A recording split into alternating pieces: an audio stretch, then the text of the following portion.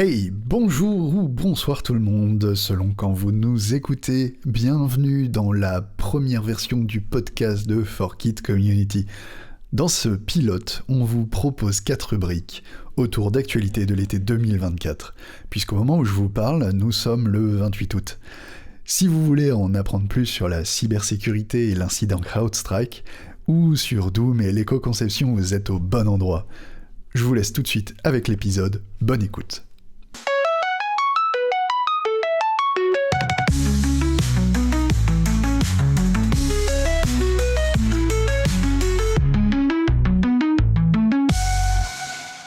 Bienvenue au podcast 4Kit. Je suis accompagné aujourd'hui de Rudy, de Johan, de Clément et de moi-même Johan. On est des homonymes, ça va être très chiant pour tout le monde, pour les auditeurs comme les chroniqueurs, mais on va faire avec.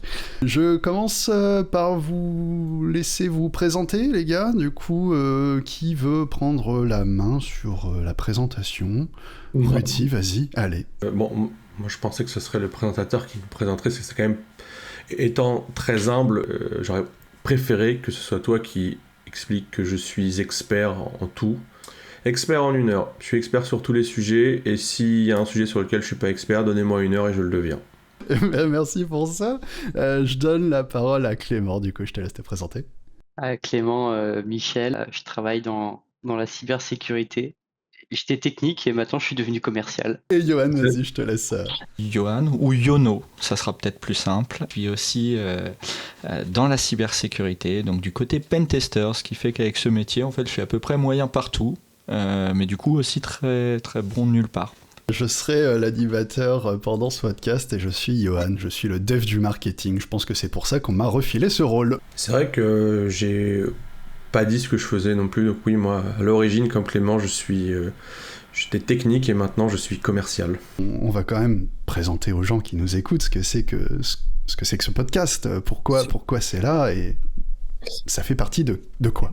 Ça fait partie de 4Kit. Le but de 4Kit, au sens large, c'est de partager la connaissance, c'est de partager des retours d'expérience, on va dire, dans le milieu du software développement, mais software développement étendu, ça peut aller de l'UX design, même au designer, on a bien 2 mecs de la sécurité avec nous. L'idée, voilà, c'est je suis un développeur moyen, on va dire, et j'ai des problèmes de développeur moyen, parce que je galère, je comprends pas les tutos du premier coup, ou j'ai pas forcément les bons choix tout le temps. Ça s'appelle la vraie vie, en fait, parce qu'on n'est jamais à 100% de nos capacités.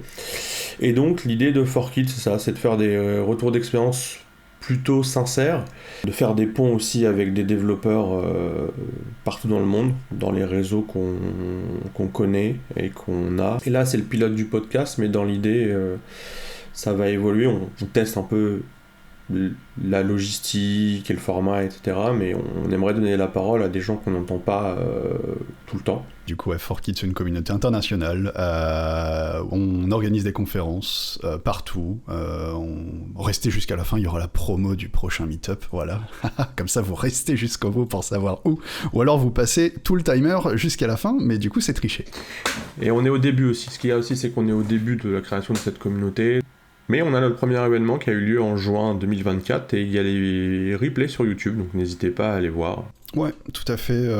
Les replays des conférences, et il y a également des interviews qui ont été faites et qu'on est en train de publier au fur et à mesure, donc n'hésitez pas à aller suivre la chaîne pour suivre tout ça. Et on va commencer par la première chronique. Clément, sur... Est-ce que je donne le titre ? Ah bah oui, vas-y, je t'en prie. Eh ben c'est parti, donc chronique de Clément sur CrowdStrike, le bug de l'été 2024. Exactement. On va revenir sur ce qui s'est passé le vendredi 19 juillet dernier. Alors, malgré qu'on avait interdit les mises en prod le vendredi, normalement, j'avais que comprendre que internationalement, c'était un truc sur lequel on était tous d'accord. Il y a quand même eu un bug de CrowdStrike qui était lié à une mise à jour et ça a paralysé des millions de machines dans le monde. Ça a un petit peu foutu le boxon partout et du coup, je vais vous raconter un petit peu tout ça. Alors, je vais bien sûr commencer par un rappel des faits. Donc tout commence le vendredi 19 juillet 2024, il est 6h09 heure française, vous verrez, l'heure a une importance folle dans ce bug. Et l'entreprise, du coup, CrowdStrike met à disposition une mise à jour de son logiciel phare qui s'appelle Falcon. J'expliquerai un petit peu plus tard ce que c'est. Et comme on est dans un monde qui est extrêmement dans le cloud aujourd'hui, CrowdStrike publie la mise à jour sur ses serveurs et les différents clients du logiciel vont récupérer la mise à jour de manière automatique. C'est parfait, c'est magique et c'est pour ça qu'on aime aussi le cloud. Sauf qu'il est 6h10 et là ça commence à faire planter pas mal de machines sous Windows et il redémarre en fait avec le fameux Blue Screen of Death qui est le truc le plus horrible sur Microsoft parce que là ton kernel Windows est complètement planté et tu redémarres. Si le problème se reproduit, tu as grande chance que le Blue Screen of Death réapparaisse. Et c'est ce qui s'est passé. Et donc, à 7h27, la mise à jour a été retirée sur les serveurs de CrowdStrike. Donc, 78 minutes après la mise en ligne, presque 1h30. C'est rien. 1h30, c'est même pas un film aujourd'hui. Parce que maintenant, les films, c'est au moins 2 heures, je crois, dans ce que ça sort. En 1h30 de temps, selon Microsoft, ça a touché 1% du parc mondial des machines Windows, soit près de plus de 8,5 millions de machines. Je laisse imaginer un petit peu le truc. Ça a causé des retards dans les aéroports. Pourquoi? Parce qu'on ne pouvait plus ouvrir certains guichets pour faire les enregistrements, pour vendre des billets. On n'avait plus d'informations voyageurs. Je vous laisse imaginer le Capharnaüm dans un aéroport, quand tu arrives et que tu ne sais pas à quelle porte tu dois prendre ton avion, voir dans quel terminal tu te trouves, enfin, c'est un enfer. Dans les hôpitaux, tu as des opérations non urgentes qui ont dû être annulées parce que pareil, dans les blocs, ça a été compliqué. Et tu as même des chaînes de télé qui ont été incapables de diffuser leurs émissions en direct, et notamment en France, tu as TF1 et Canal+, alors qui diffusaient l'image, mais qui ne pouvaient pas diffuser le son. CrowdStrike, tout le monde ne connaît pas forcément, enfin c'est devenu du coup très célèbre depuis 19 juillet, mais tout le monde ne connaissait pas forcément. Alors, il faut savoir que CrowdStrike, c'est une entreprise qui a été fondée en 2011. Elle est spécialisée dans la cybersécurité et elle est notamment connue grâce à son logiciel un peu phare qui s'appelle, donc c'est la plateforme Falcon. C'est un outil de détection et de réponse aux menaces, ce qu'on appelle dans le monde de la cyber un EDR. En gros, c'est une sorte d'antivirus un peu nouvelle génération, c'est-à-dire que les anciens antivirus, vous connaissez tout ça va, c'est avec la base virale qui a été mise à jour, voilà. Donc les anciens antivirus, en gros, ils avaient une base de connaissances pour identifier des programmes qui avaient été tagués comme étant des virus, mais ils n'allaient pas beaucoup plus loin. Et maintenant, les EDR, ils vont carrément analyser tes processus, ils vont voir ce qui se passe en RAS. En fait, la solution Falcon est assez connue, elle est même assez réputée. Oui, dans le monde de la cyber, tu as peut-être déjà vu passer le nom, tu as cité dans la technique, dans la cyber, il y a même des chances que tu aies utilisé à un moment donné leur service. Mais c'est vrai que dans le monde tech, hors cyber, pas connu, et monsieur, madame, tout le monde, chez eux, encore moins. Donc voilà. Et en fait, ce qui a fait le lien avec ça, c'est qu'en fait, ça a impacté Windows. Et là, pour le coup, Windows, tout le monde connaît, y compris monsieur, madame, tout le monde. Et alors, du coup, justement, quel est le rapport entre les deux? C'est que CrowdStrike Falcon est extrêmement intégré dans des versions Windows, mais plutôt professionnelles. Donc, beaucoup de machines, de postes de travail de gens dans les boîtes privées, dans les administrations, les serveurs également, parce que forcément, c'est une technologie qui permet du coup de limiter les cyberattaques sur les postes, ce qu'on appelle les postes clients, même les postes serveurs. Dans la root cause analysis, ils expliquent aussi qu'il n'y a que Windows qui a été impacté, parce qu'en fait, tout vient de la mise à jour du sensor du mois de février, mais c'est le fichier de juillet qui a montré le problème de la mise à jour du sensor. Sauf que cette mise à jour-là du sensor ne concernait que Windows, parce que c'était certainement des besoins spécifiques à Windows et qui n'avaient pas présence sur Linux et sur Mac, mais Falcon existe sur des environnements Linux et des environnements macOS, donc ça aurait très bien pu arriver aussi, parce que la contrainte d'avoir des accès niveau kernel sur Windows, elle va être la même sur Linux, elle va être la même sur Mac. Peut-être que ces OS-là gèrent les privilèges, les accès de logiciels tiers différemment, mais tu as les mêmes problématiques de privilèges et d'accès. Alors, qu'est-ce qui a entraîné ce bug? Alors, qui est plutôt positif, c'est que CrowdStrike donc, a sorti très récemment ce qu'on appelle une root cause analysis, qui permet un petit peu une sorte de post-mortem en fait de compréhension de qu'est-ce qui s'est passé, c'est quoi le cheminement de problématiques qui n'ont pas été identifiées et qui ont conduit justement à ce bug qui a entraîné un petit peu tout ce cafarnaum. Alors pour que vous compreniez un petit peu juste le fonctionnement, donc Falcon, c'est installé sur les machines en client final, il y a plein de serveurs dans le cloud, etc., qui après vont traiter plein de grosses données, mais il faut quand même un logiciel installé sur la machine. Tu as deux styles de mise à jour sur ces logiciels-là. Tu as les mises à jour qu'on appelle les sensor content. En gros, ça, c'est lié au fonctionnement du capteur en lui-même. Donc, quand tu as des mises à jour de sensor content, c'est plutôt pour améliorer peut-être les performances, tu vois, pour moins taper sur les performances du PC, que ça consomme moins de RAM, que ce soit plus optimisé, ou pour déployer des choses qui va pouvoir traiter plus d'informations en parallèle, etc. Enfin, c'est vraiment lié au capteur. Et à côté, tu as ce qu'on appelle les mises à jour de Rapid Response Content, qui sont en gros des fichiers de définition, un peu comme pour les antivirus. En gros, c'est ce qui permet justement à CrowdStrike, quand ils détectent en gros une nouvelle menace, et donc un moyen de les contrer avec leur outil, plutôt que de faire une grosse mise à jour du capteur, qui peut-être demande un reboot de la machine, des choses comme ça, en fait, ils vont balancer une Rapid Response Content, et en fait, qui contient les informations qui vont permettre au capteur, du coup, de pouvoir trigger des attaques, des virus, etc. Donc, c'est plutôt pratique pour eux au quotidien. Et donc, le 19 juillet, tu as deux nouvelles instances de modèles qui ont été déployées via des mises à jour de type Rapid Response Content, mais une des deux instances a été validée, là je cite le root cause analysis de CrowdStrike, ça a été validé malgré des données problématiques. Et pourquoi? Et c'est là que ça devient un peu anecdotique, c'est à cause d'un bug dans le validateur de contenu côté CrowdStrike.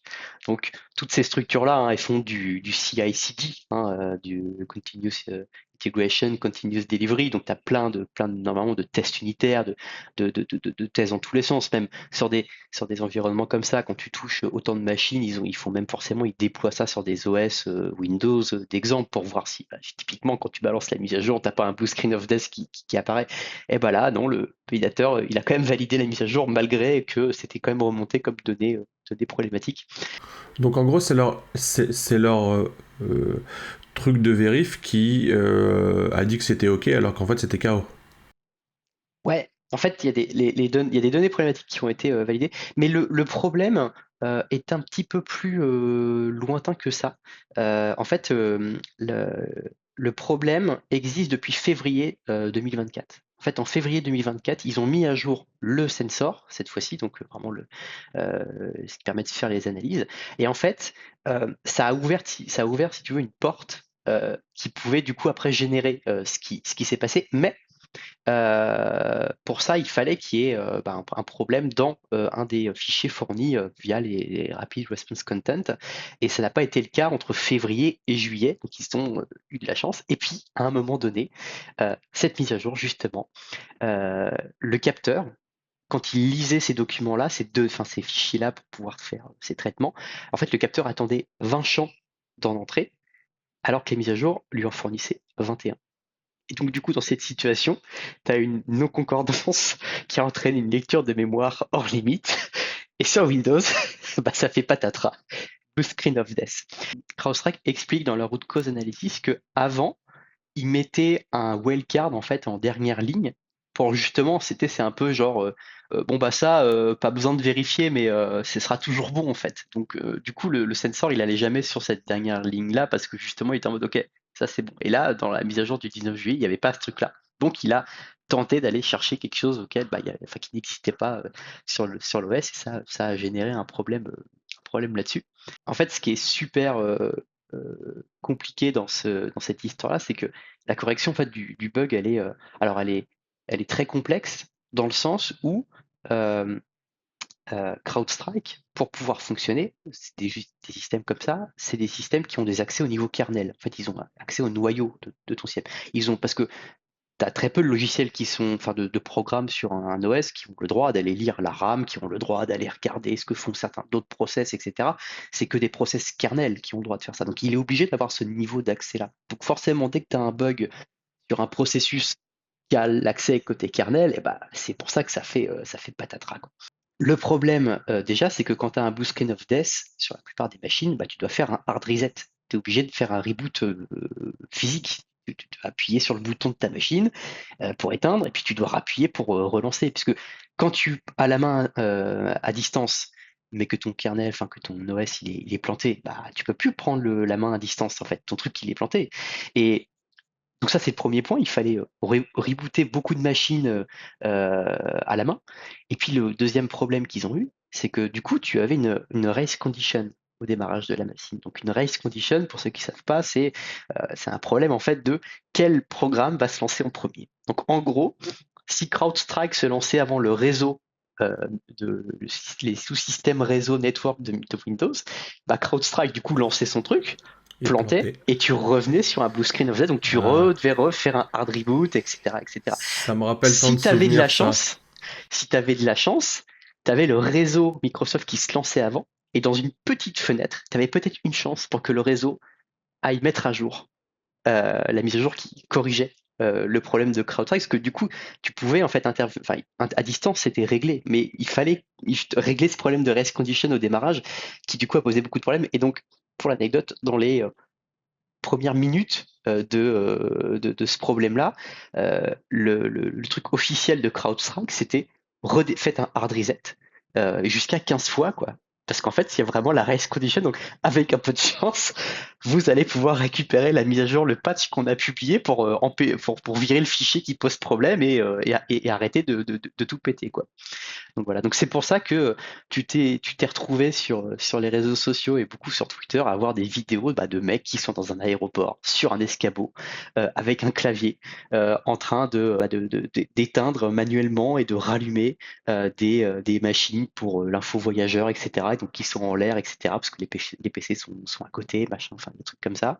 Et du coup, super galère parce que du coup, ce qu'on dit pas, mais quand tu as un blue screen of death, il faut que, au niveau Windows, en fait, il faut que tu redémarres en mode sans échec. Donc c'est un sous-programme de Windows qui permet de virer tous les drivers. Enfin, il garde que l'essentiel et que des trucs qui sont gérés par Microsoft, donc qui normalement sont stables et qui du coup vont chanter le programme qui plante.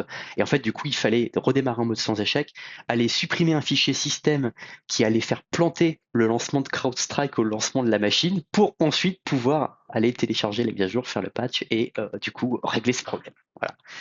Mais le point aussi qui est important, c'est qu'en fait, l'incident CrowdStrike a touché des machines qui n'étaient parfois pas accessibles facilement pour les humains. En fait, enfin, pas quand je dis facilement, c'est-à-dire que ça demandait une logistique. Typiquement, les parkings, dans chaque borne de paiement, il y a potentiellement un Windows qui, lui, a eu la mise à jour. Et en fait, faut aller physiquement à chaque borne de parking, redémarrer en mode sans échec l'équipement. C'est ça, en fait, la grosse douille sur ce bug-là, c'est ça, en fait. C'est le hard reboot et le blue screen of death qui peut se relancer quasiment à chaque fois parce que tu as la race condition au lancement de la machine. Ça me rappelle ma jeunesse parce que j'ai connu ça et comme quoi ça n'a pas beaucoup évolué parce que ça doit tous vous parler. C'est quand tu dois redémarrer ton PC et que tu sais plus, que tu vas booter sur ton PC et que tu sais jamais si c'est F2, F6, sup ou autre. La réalité, Windows a beaucoup évolué parce qu'en fait, donc il y a deux modes. Il y a en effet ce que Clément disait, le kernel land et le user land. Le userland, c'est là où tu exécutes ton Firefox, etc. C'est-à-dire que là, si le programme plante, c'est plus, tu as la fenêtre qui répond pas, ça redémarre, et puis voilà. Et le kernel land, c'est là où tu as tes drivers, et du coup, c'est là où tu parles avec ton matériel. Donc en effet, si tu as mal codé quelque chose dans ton driver, l'OS n'est pas capable de récupérer l'erreur, parce qu'en fait, ça s'exécute au même niveau que ton OS, donc blue screen, ou alors sous Linux, tu aurais un kernel panique. Et en fait, Windows a eu énormément de problèmes avec les éditeurs d'antivirus, parce que les mecs venaient patcher des fonctions dans le kernel pour pouvoir accéder du coup à des éléments de sécurité, etc. Et le problème, c'est que c'était souvent très très mal développé, et donc les éditeurs d'antivirus créaient des blue screens chez Windows, et du coup ça plaisait pas à Microsoft, parce que pour les utilisateurs, c'était pas l'antivirus le problème, c'était Windows qui était merdique avec ses blue screens. Du coup, en fait, ils avaient retiré ça en mettant en place, je crois que c'est un truc qui s'appelle le KPP, le Kernel Patch Prevention, et l'idée c'était de dire, on va empêcher les éditeurs d'antivirus de s'exécuter au niveau kernel land, on va seulement leur fournir des API qui sont consultables depuis le userland. Ce qui fait que comme ça, ils feront plus n'importe quoi au niveau du kernel. Et de ce que j'en ai lu, si là il y a eu le problème, c'est parce qu'en fait l'Union européenne a demandé à Microsoft de fournir des API aux éditeurs qui sont l'équivalent de ce que Microsoft peut avoir pour ses propres outils de sécurité. Du coup, ils ont été obligés de réouvrir le kernel land. Et du coup, Microsoft blâme plus ou moins l'Union européenne pour l'incident CrowdStrike. Je pense que ça, c'est plus de la politique qu'autre chose quand même, parce que CrowdStrike, ce qu'ils expliquaient, c'est t'imagines quand t'es installé, parce que ça a touché que 1% du parc de Windows, c'est déjà presque 9 millions de machines.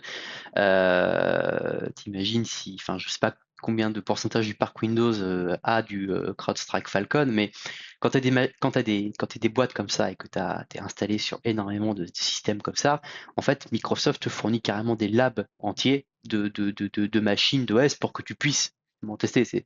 C'est un peu comme si tu étais la boîte qui était responsable de l'application Calculette qui est installée dans chaque Windows.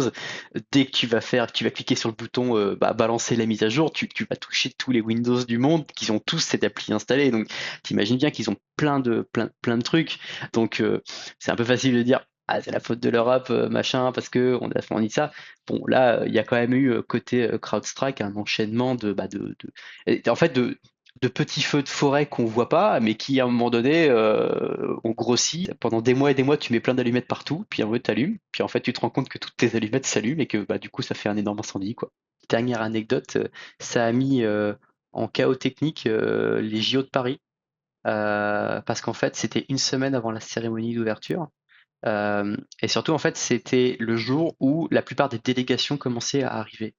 Et du coup, Paris 24, ils devaient filer toutes les accréditations aux gens. Donc, ils avaient besoin en fait de systèmes pour contrôler les identités, pour fournir les badges, s'assurer que dans le système les gens soient là. Et ils ont eu certaines parties de leur IT à cause de cette panne-là qui ont été impactées. Et du coup, ils étaient un peu en mode compliqué. Et puis, ils ont subi aussi les aéroports, avec les retards de vol qui n'étaient pas de leur fait. Du coup, ils ont subi ça aussi. Si les Jeux Olympiques veulent des conseils en organisation d'événements, nous, on avait pensé à imprimer la liste des participants lors de la conférence de juin. Donc voilà, si jamais on nous écoute du côté des JO, n'hésitez pas.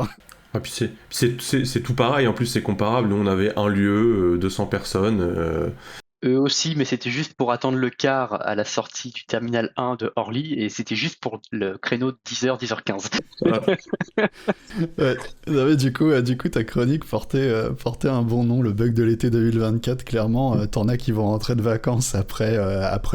S'ils rentrent là, semaine prochaine, rappelons qu'on est fin août, s'ils rentrent début septembre, c'est qu'ils ont eu quand même pas mal de congés, donc ils peuvent se taper le truc en rentrant. Est-ce que quelqu'un fait une interlude J'en ai une. J'ai découvert que Lidl était devenu le plus grand provider de cloud d'Europe. Oui. J'ai vu ça aujourd'hui aussi. Voilà. Ils nous font une Amazon. Voilà. Exactement. C'est exactement le même truc qu'Amazon. Ils ont fait les gars, on a des besoins spécifiques. Venez, on va créer notre propre cloud pour nous. Et après, ils ont fait les gars, on l'a fait, on a ultra bien appris. Et je suis sûr qu'on peut le vendre à d'autres gens. Et voilà. Moi, j'avais une... Parce qu'on n'avait pas trop d'idées sur les interludes, donc c'était un peu qu'est-ce qu'on a appris récemment.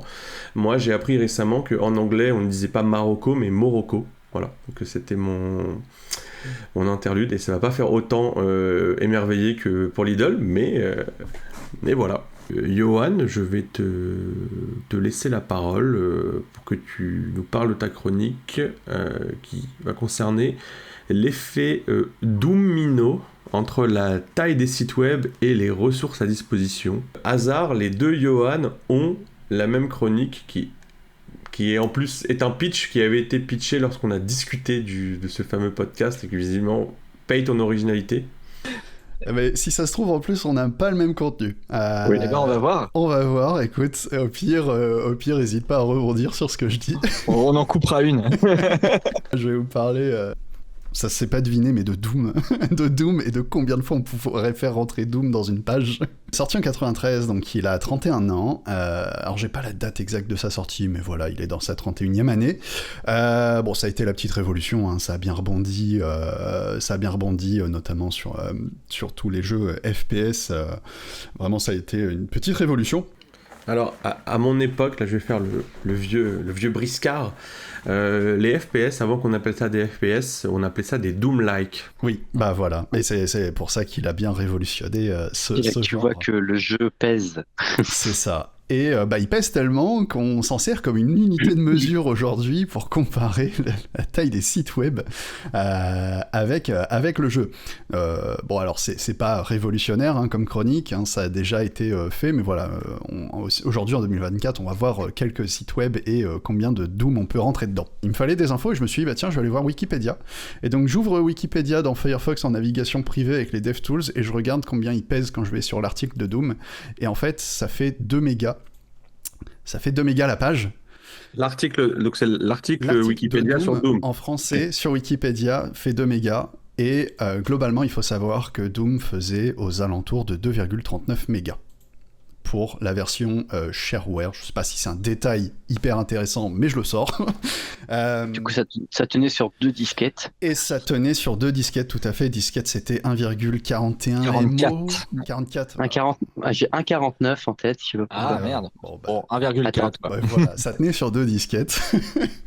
Et donc, on peut quasiment faire rentrer le jeu Doom dans la page Wikipédia en termes de taille, qui est quand même assez marrant au final quand on y réfléchit. Ensuite, je suis allé chercher un géant du numérique, un nom qu'on entend très souvent aujourd'hui, c'est TikTok.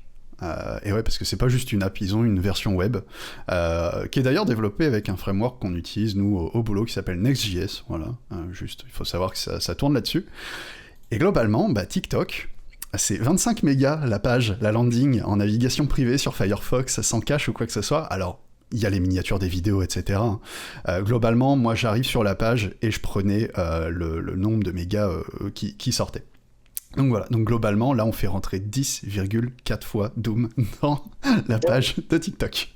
Ensuite, en tant que dev, je me suis dit, allez, vas-y, je vais aller faire un tour du côté de Stack Overflow et de combien de données je pompe à chaque fois que je trouve pas mon bug.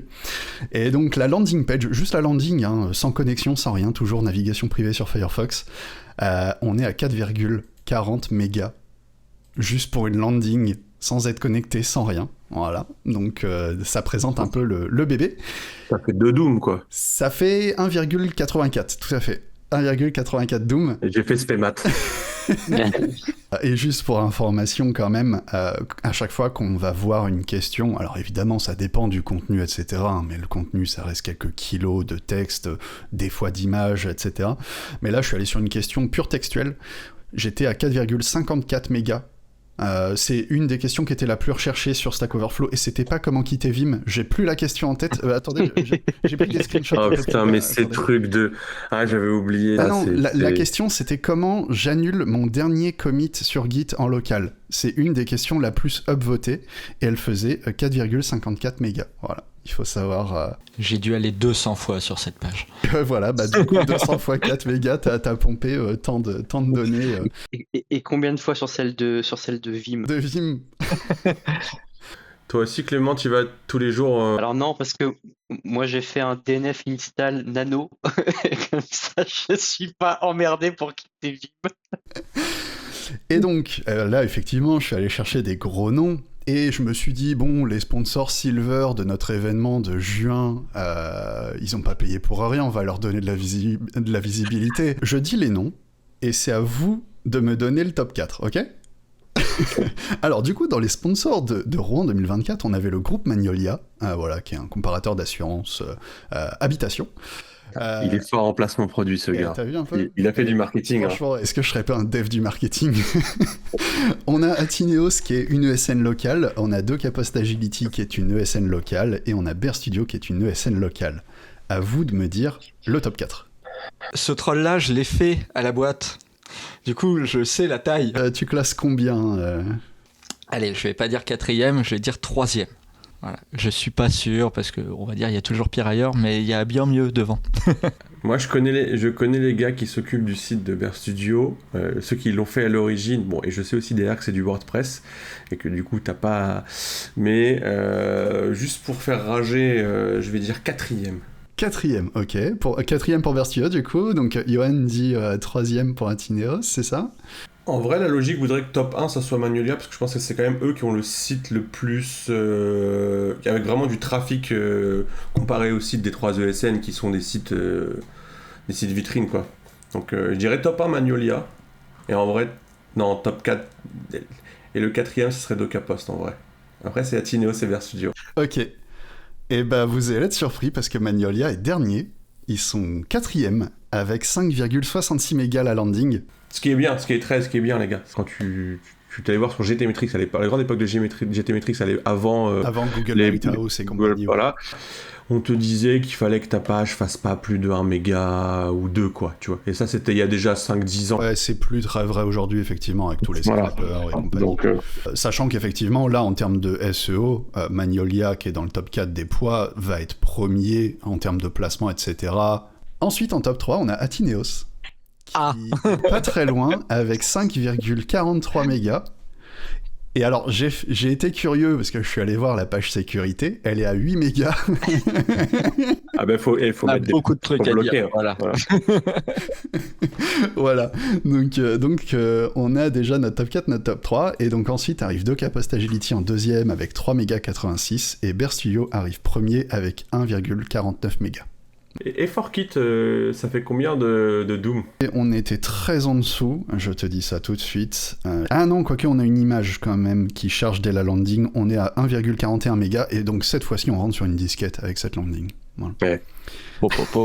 C'est ce que j'avais posé comme question. Ce qui fait exploser la taille des sites, c'est les médias, quoi. C'est tout ce qui est images et vidéos, c'est le pire. Et c'est pour ça que je me basais juste sur la landing, sans scroller, sans rien, parce que les images, tu peux les charger après avec du lazy loading d'images, etc. Donc vraiment, moi, je regardais que le viewport que j'avais. Sachant que tu peux mettre des plombes à charger un site, pas parce que les médias sont pas compressés, sont pas optimisés, mais parce que derrière, tu as un WordPress avec 500 plugins et du coup, c'est tellement lent en PHP à mouliner que le site va quand même mettre. T'as l'impression que tu le télécharges en 56K, c'est pas le cas. T'as déjà récupéré tous les médias, c'est juste qu'il a pas le temps de charger tout de son côté, quoi. Oui, c'est pour ça, là c'est vraiment que sur le poids, parce que oui, clairement, ça dépend de. Enfin, un site qui fait 100 mégas, s'il a une bande passante qui bourrine et que toi t'as une bande passante qui bourrine, tu l'auras instant, alors que si t'as un site qui fait 56 kilooctets mais qui t'envoie 1 kilooctet seconde, bah tu l'auras pas. Donc ouais, clairement là c'est vraiment purement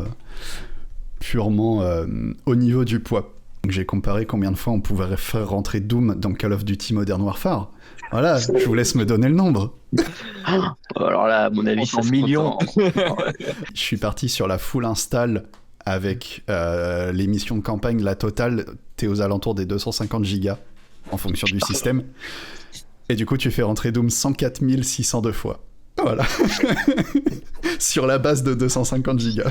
Après, Doom, ils ont pas de texture HD, eux.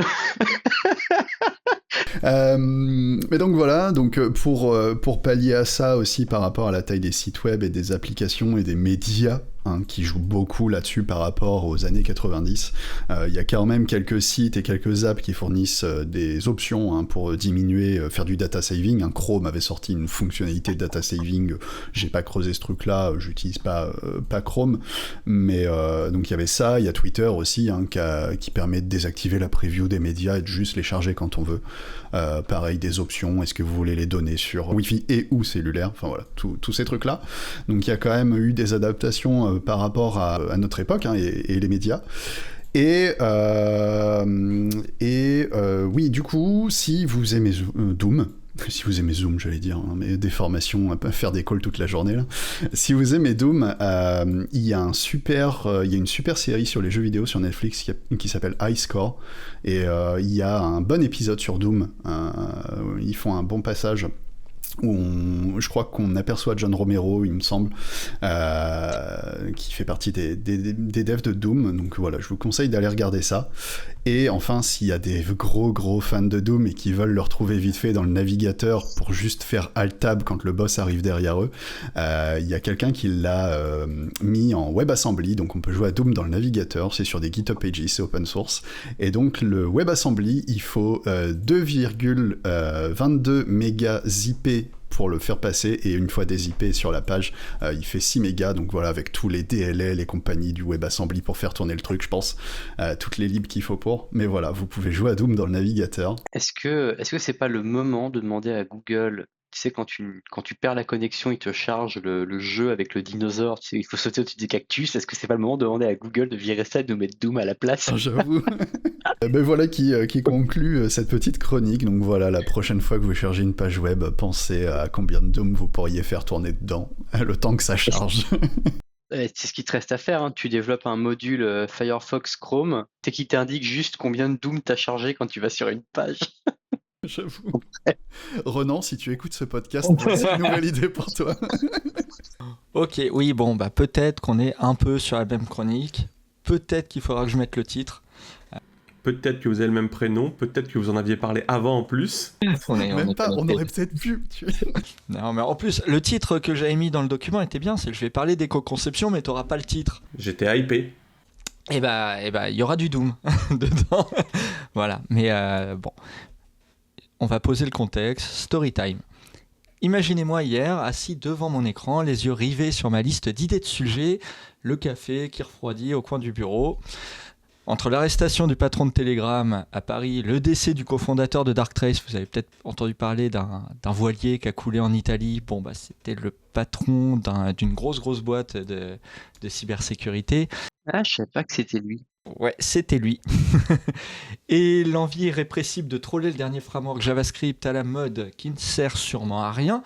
J'arrivais pas à trouver l'inspiration, rien collé. Bon, forcément, la pression montait un peu. Du coup, dans ces cas-là, moi, j'ai deux solutions. Soit je me perds sur un réseau social random et je doom, scroll, et procrastine pendant 2 heures.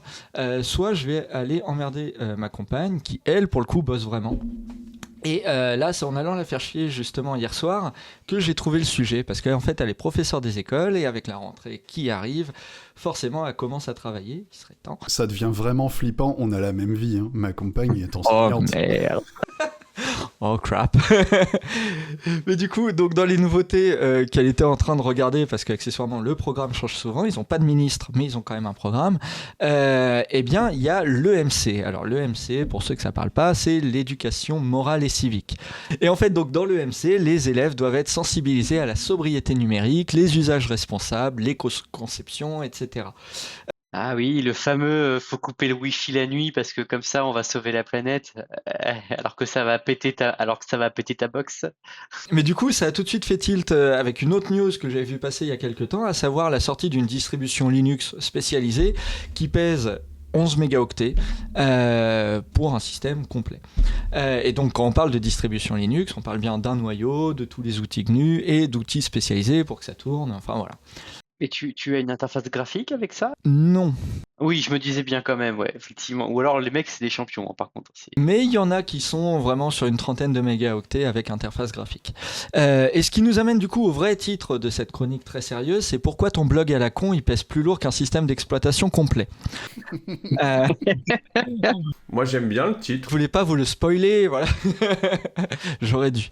Parce qu'on pourrait se dire, c'est bon, l'éco-conception, on devient sobre, on remplace les machines virtuelles de plusieurs gigas par des petits conteneurs Docker ou Kubernetes de quelques mégaoctets. On fout tout dans le cloud justement pour mutualiser les usages. On a des langages de programmation qui permettent de sortir des binaires qui sont strippés de quelques octets. D'ailleurs, Go, tu es dans mon cœur à vie pour ça. Et même au niveau réseau, on fait des efforts. Pourtant, le réseau, c'est pas ce qui est le plus simple à bouger. Mais typiquement, je sais pas si vous avez entendu parler de HTTP 3. Parce qu'en fait, on utilise HTTP tous les jours, mais il y a 3 versions d'HTTP. Et HTTP 3, une des grosses révolutions de cette version, c'est de passer en fait du protocole TCP au protocole QUIC, qui est basé sur UDP. Donc techniquement, vu qu'UDP, il n'y a pas de rejet de trame, enfin les trames sont plus légères, etc. Bon, bah ça allège le réseau. Du coup, on est content de voir apparaître des systèmes ultra légers, comme cette distribution Linux de 11 mégaoctets. Mais il y a de quoi se demander pourquoi certains de nos sites web pèsent plus lourd qu'un système d'exploitation complet, quand même. On va prendre WordPress. Alors là, je ne vais pas parler des données qui sont envoyées, mais rien que WordPress, le core pèse 26,1 mégaoctets de base. C'est déjà 2,5 fois plus lourd que notre Linux complet. Tout ça pour publier au final un site vitrine statique sans aucune interaction. Et ici, on ne parle même pas des images, justement, on en parlait dans la chronique d'avant, qui sont rarement compressées et qui viennent encore plus alourdir la taille du site. Donc, pour être honnête, je prends l'exemple de WordPress, mais ce n'est pas le seul CMS qui est concerné par ce type d'usage disproportionné. Si on prend les chiffres de l'ARCEP, alors je ne sais pas si l'ARCEP ça vous parle, c'est l'autorité de régulation des communications électroniques, des postes et des distributions de la presse. Il nous explique que la consommation des data centers en France était en 2022 de 2,1 terawatts, ce qui correspond en fait à la consommation annuelle de 700 000 foyers.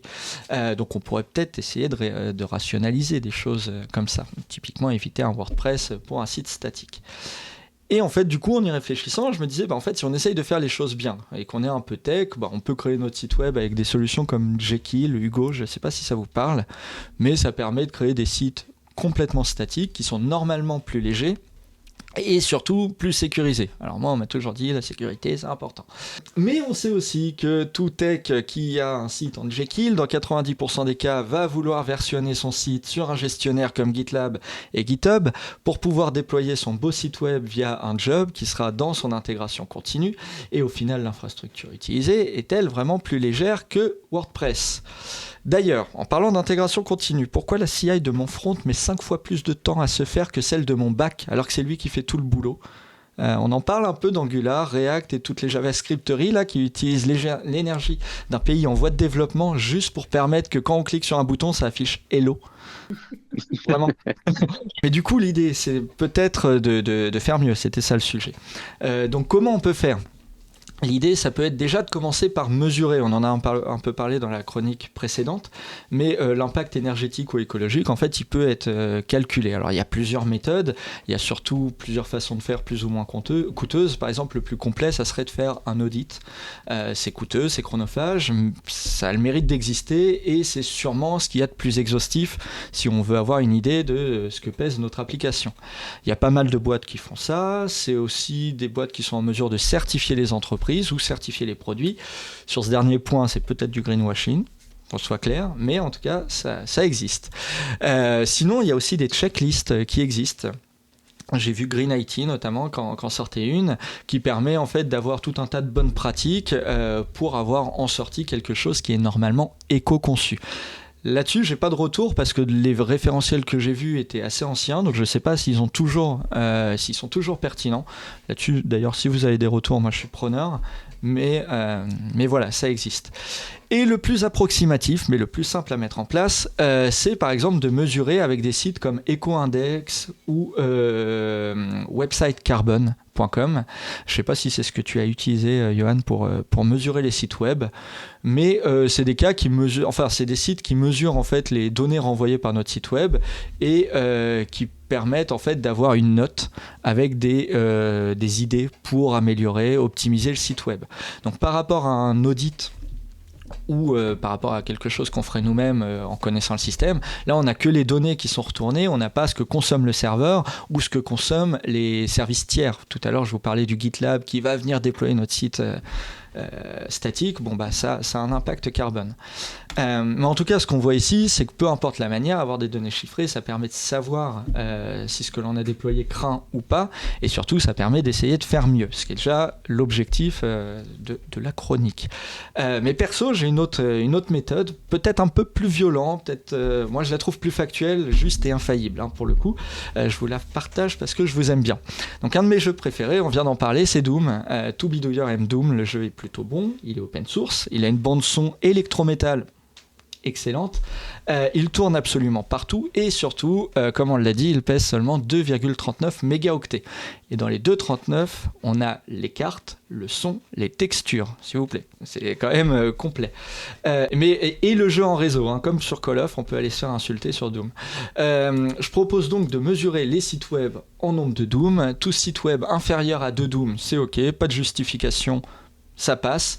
Par contre, si ton site il pèse plus de 2 Doom, il doit répondre positivement aux questions suivantes. Ton site est-il plus beau que Doom ? Ton site est-il plus intéressant que Doom ? Ton site a-t-il un fond sonore électrométal aussi cool que Doom ? Et est-ce que ton site permet de découper des aliens à la tronçonneuse ? En cas de réponse négative à l'une de ces questions, ton site web n'a aucune raison d'être publié. Tu le gardes pour toi, tu te détends, tu installes Doom et tu restes loin du développement web. Voilà, vous venez d'avoir donc ma contribution pour une tech plus responsable. Et vous, avez-vous des astuces à partager ? Merci pour cette chronique. Petit placement produit, Forkit pèse moins que Doom. Le site de Forkit pèse moins que Doom. Et alors du coup, il va falloir que je rajoute des easter eggs qui vont faire que ça pèse plus lourd, parce qu'il va falloir que je rajoute du son électro, des aliens qui sont déchiquetés à la tronçonneuse. C'est un grand oui. Très belle chronique, très complémentaire avec celle d'avant. Plus travaillé aussi, on peut le dire, hein, parce que clairement... Et c'est deux salles de Johan, quoi. Ouais, moi j'avais une remarque par rapport au truc Green IT. Je me souviens avoir vu des tweets sur l'ancien référentiel où il y avait des aberrations qui étaient données, donc attention aussi à ce genre de choses. Je sais plus qui dénonçait ça, je me demande si c'était pas Arnaud Lemercier qui avait le bouquin papier en plus, qui avait une copie papier, et en fait il y avait des aberrations dedans. Faudrait que je retrouve le tweet, je pense qu'il est encore dispo, ou le X. Voilà. On parle de Doom, les gars, donc on peut dire tweet. Et ouais, du coup, il y avait des aberrations, un peu comme le coup de faut couper le wifi la nuit, quoi, tu vois. Attention, parce que cette aberration-là, elle a été sortie il y a encore pas très très longtemps, hein, par des non-tech. Hein. Je rappelle qu'on a quand même quelqu'un dans le monde politique français qui a dit non, mais on va limiter à 3 gigas par jour les données au niveau des concitoyens. Hein. Ah oui, c'est facile à faire en plus. Je vais me faire l'avocat du diable et naïf.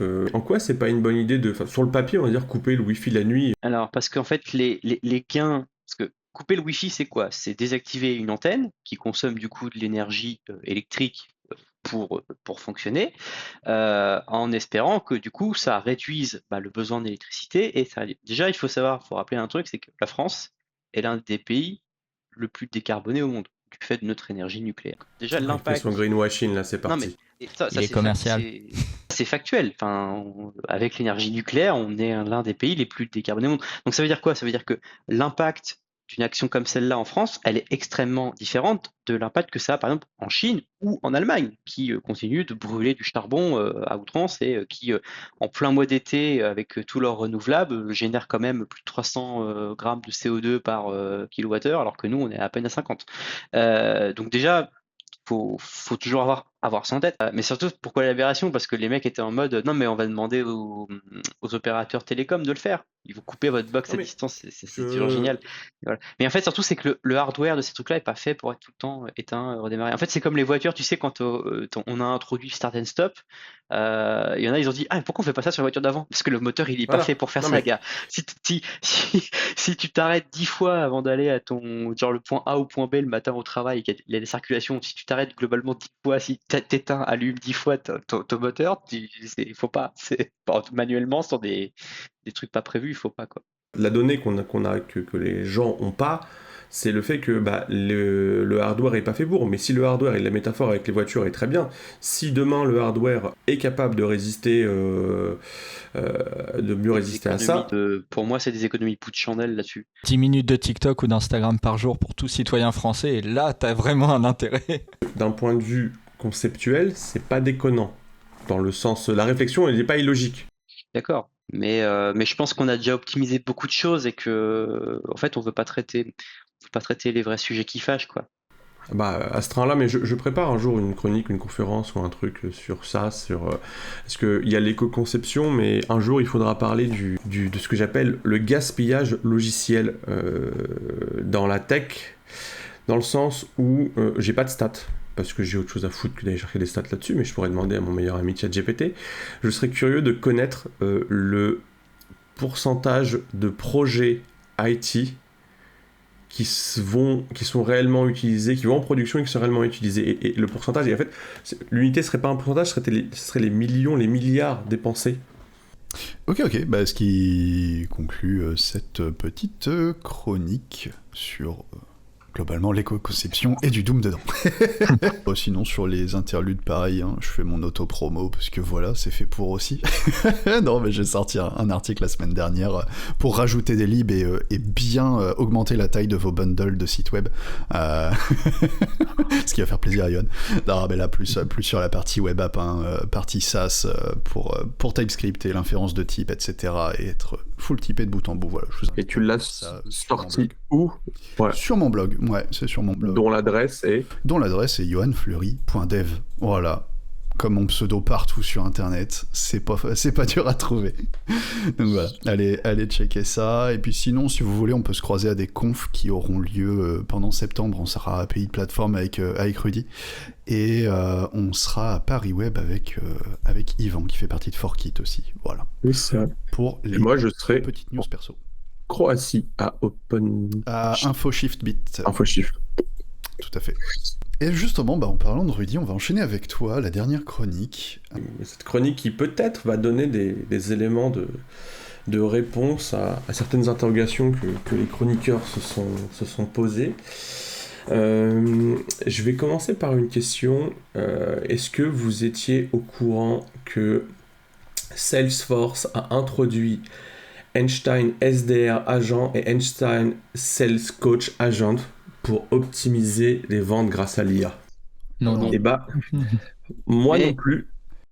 Mais ça me choque pas, parce que je sais que Salesforce, sur la vente, ils sont... Alors on va arrêter tout de suite le mec qui répond premier degré à mon introduction de chronique d'une news que je n'ai pas lue, où je rappelle que l'idée un peu du pitch, c'était de dire on part d'une actu, enfin une des possibilités pour les chroniques, c'est de partir d'une actu et puis de passer totalement à côté.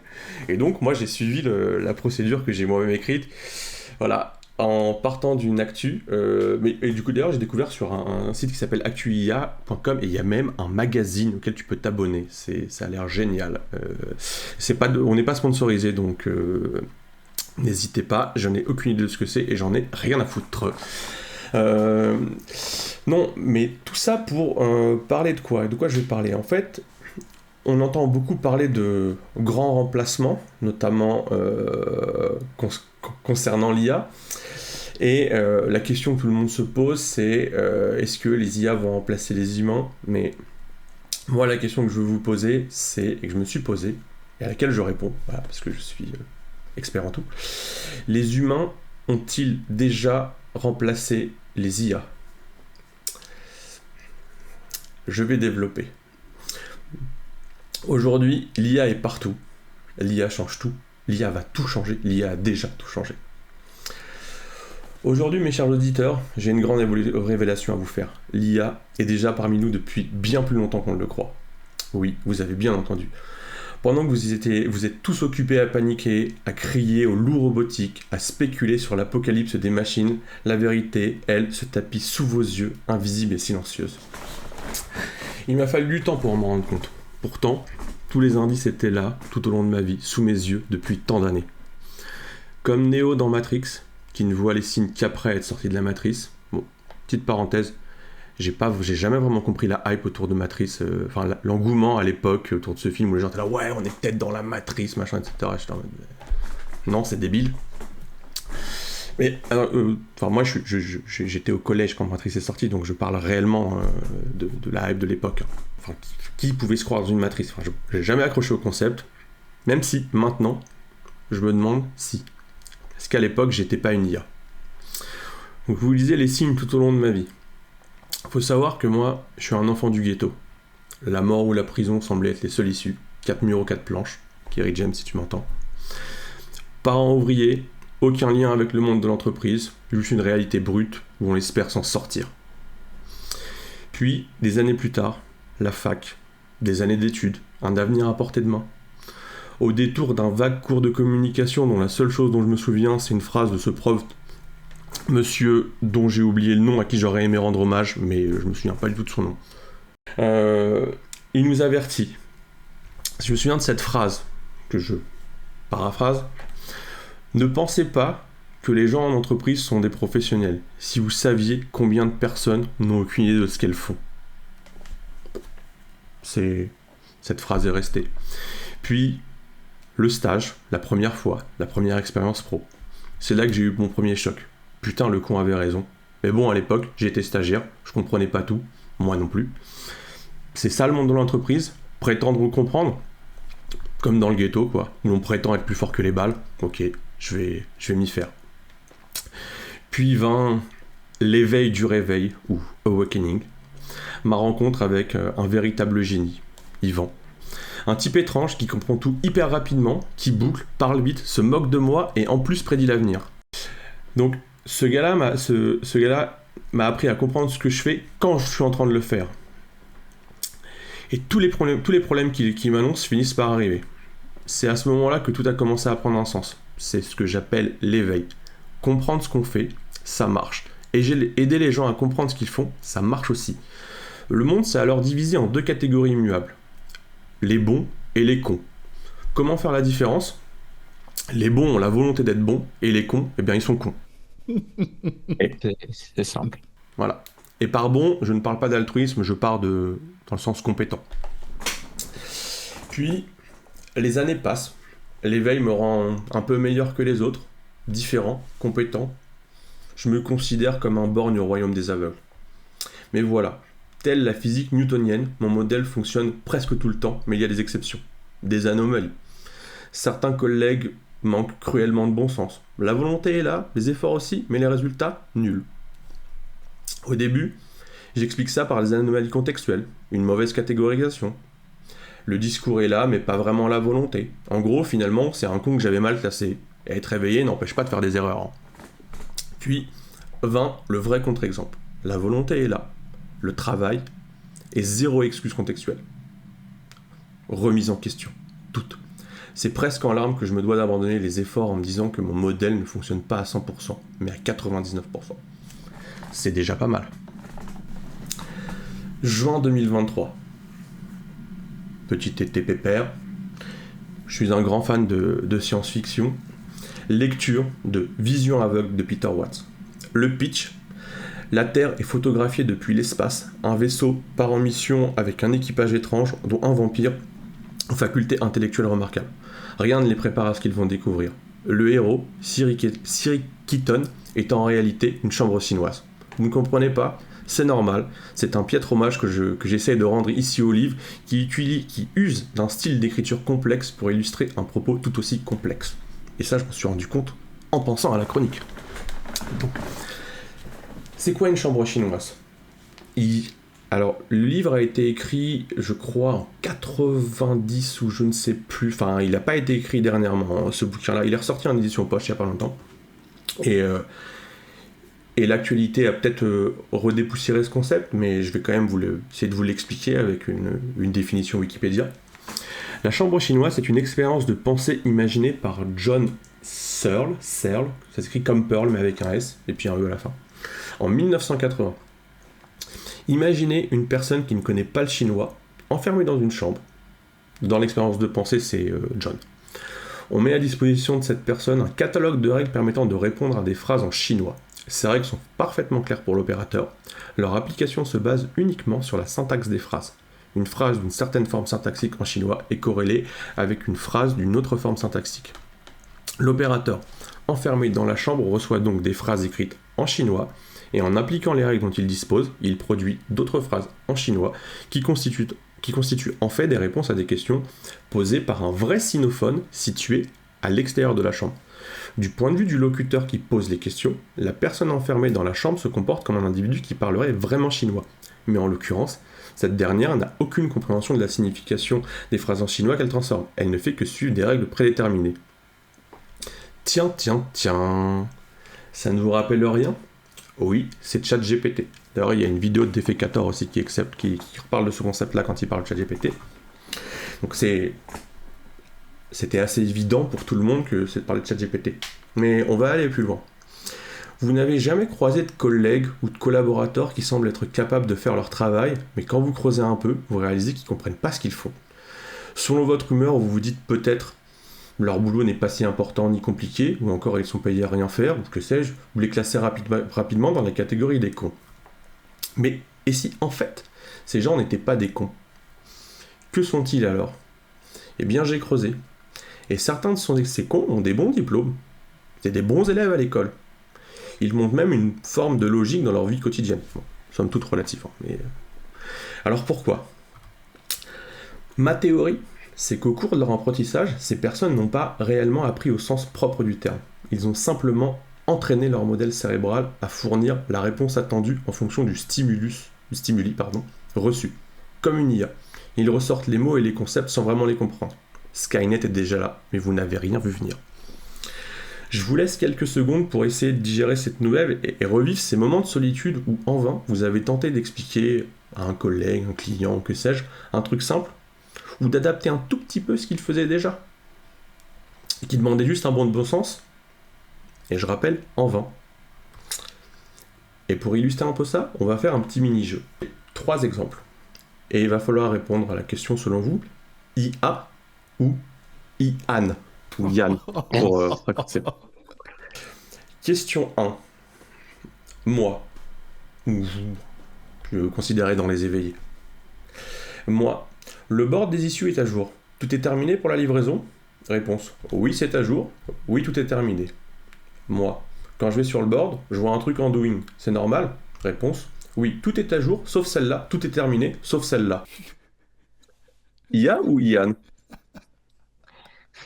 Yann, forcément.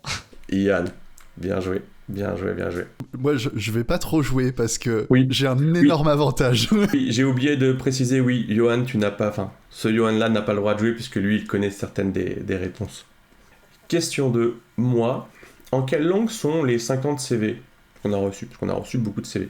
Réponse. Les CV sont soit en anglais, soit en français. Moi qui ouvre le CV de X, qui ne voit ni anglais, ne reconnaît ni anglais ni français. Et en quelle langue est le CV de X? Le CV est en allemand. IA ou Ian? Ça fait très Yann aussi, ça. Ah, moi je mise sur IA. C'est de l'IA, en effet. Et quand t'as dit 50 CV, c'était trop haut, tu vois. Question 3. Moi, fais-moi un fichier Excel pour suivre la consommation sur les projets.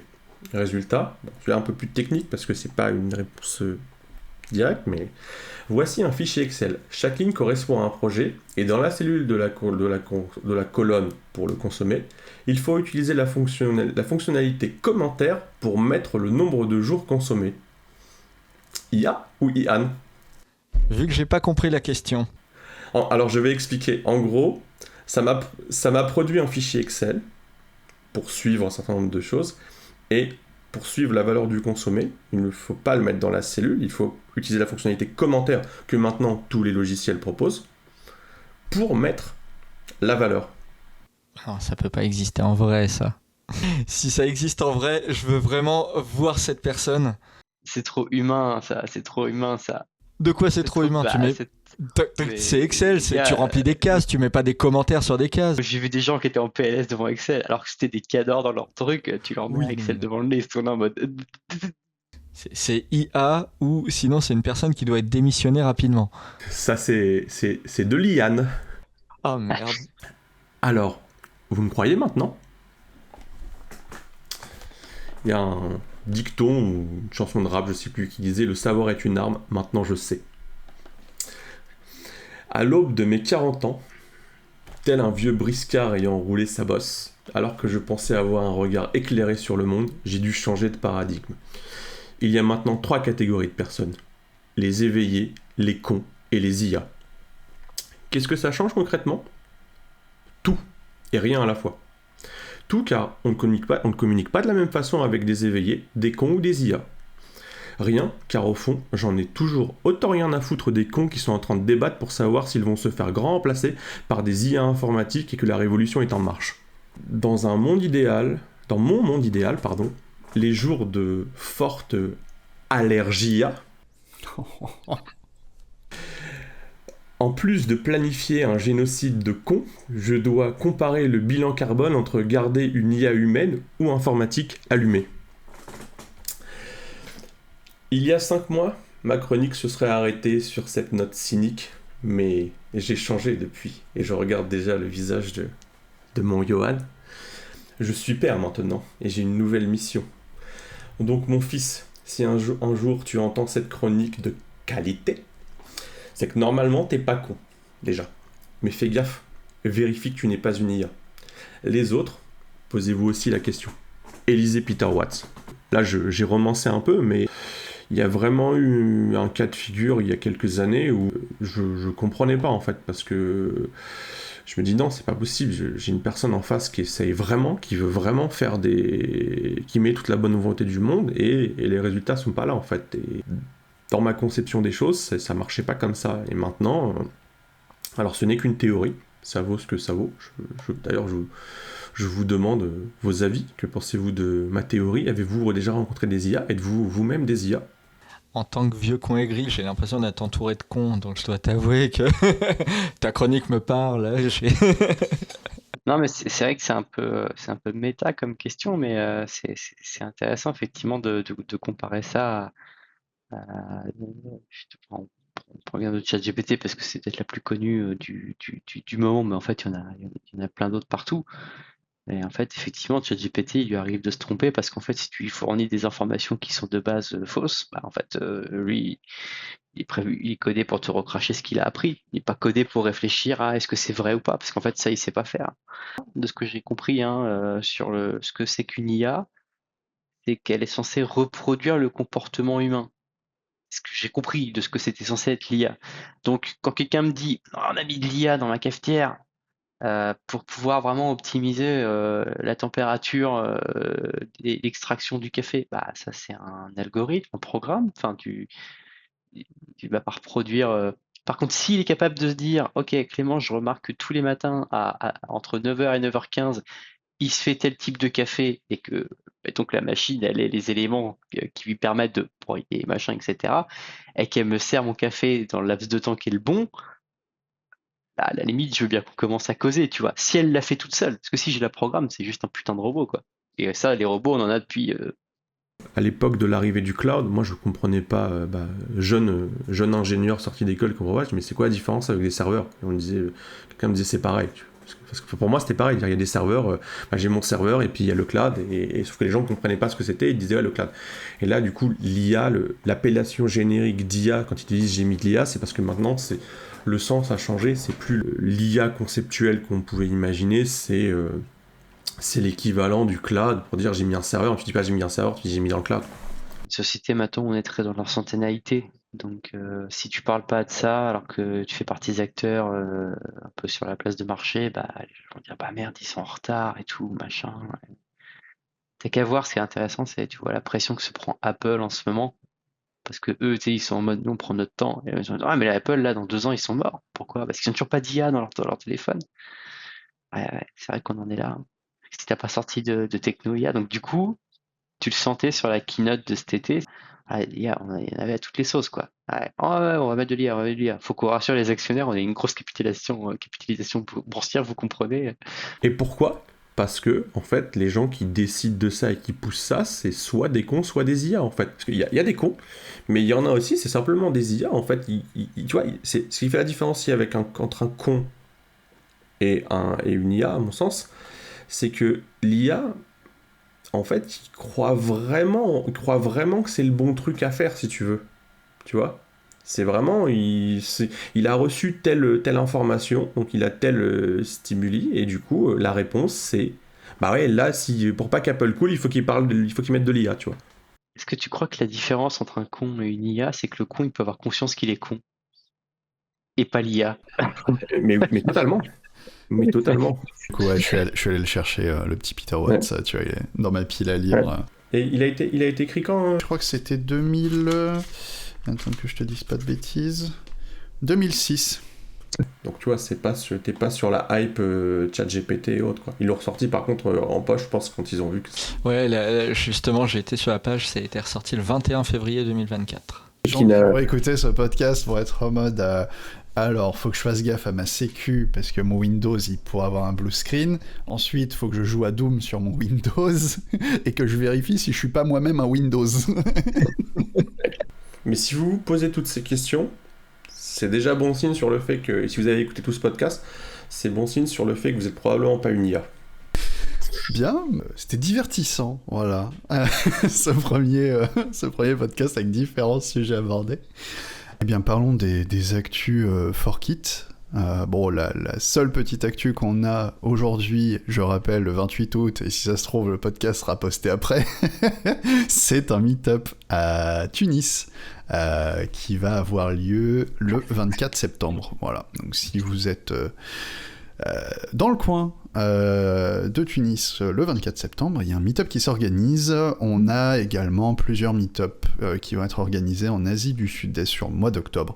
On n'a pas encore les dates précises, mais il y aura pour l'instant 3 meet-up, hein, Rudy, si je dis pas de bêtises, on part sur 3. En théorie, ouais, un en Thaïlande, un au Vietnam, un en Malaisie. Petite parenthèse sur la Tunisie qui est là où ça bouge bien côté Forkit sur la Tunisie, parce que l'idée c'est que, le truc qu'on n'a pas dit, c'est qu'on veut faire un truc un peu organique où c'est pas nous depuis la France qui pilotons le truc, c'est plutôt d'avoir des relais et des gens qui font ça, et il y a des gens moteurs là-bas, et donc ouais, il y a un meet-up, il y a d'autres choses qui sont en réflexion, en préparation, et on va être un peu méta, à mon avis, parce qu'on veut faire du podcast, là c'est le pilote, mais on va faire plusieurs, dont un en arabe, qui à mon avis a de grandes chances de se faire aussi par les gens qui sont en Tunisie. Bon, après, il faudra... Les Marocains arrivent à se comprendre. Non, ce sera pas nous. J'ai pas fait assez de Duolingo pour faire un podcast. Merci pour votre temps, parce que ouais, ça fait quand même 2 bonnes heures qu'on record. Merci aussi de votre temps, ceux qui nous écoutent, ça fait plaisir. N'hésitez pas à nous envoyer des petits messages sur les comptes des réseaux sociaux de Forkit. Allez suivre la chaîne YouTube, le Twitter pour être au courant des infos, parce que c'est là où on poste le plus, et le LinkedIn si vraiment vous n'êtes pas sur X, c'est là où on cross-post et qu'on est actif. Voilà. Et il y a le Discord aussi qui va être amené à vivre avec le contenu. Et à mon avis, le podcast sera aussi probablement sur du Spotify, je pense. Sur toutes les bonnes plateformes d'écoute. Si vous l'écoutez aujourd'hui, vous êtes sur la bonne plateforme, ne la quittez pas et restez dessus.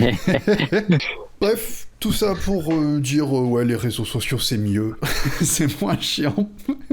Et donc n'hésitez pas à nous contacter là-dessus. Et puis on se dit à la prochaine, voilà. On sait pas quand est-ce que celui-ci sera posté, on sait pas quand le prochain sera posté, mais on se dit à la prochaine en tout cas. Eh bien, merci de nous avoir écoutés, on espère vous avoir appris quelques petits trucs. À bientôt pour un nouveau podcast, et boujou.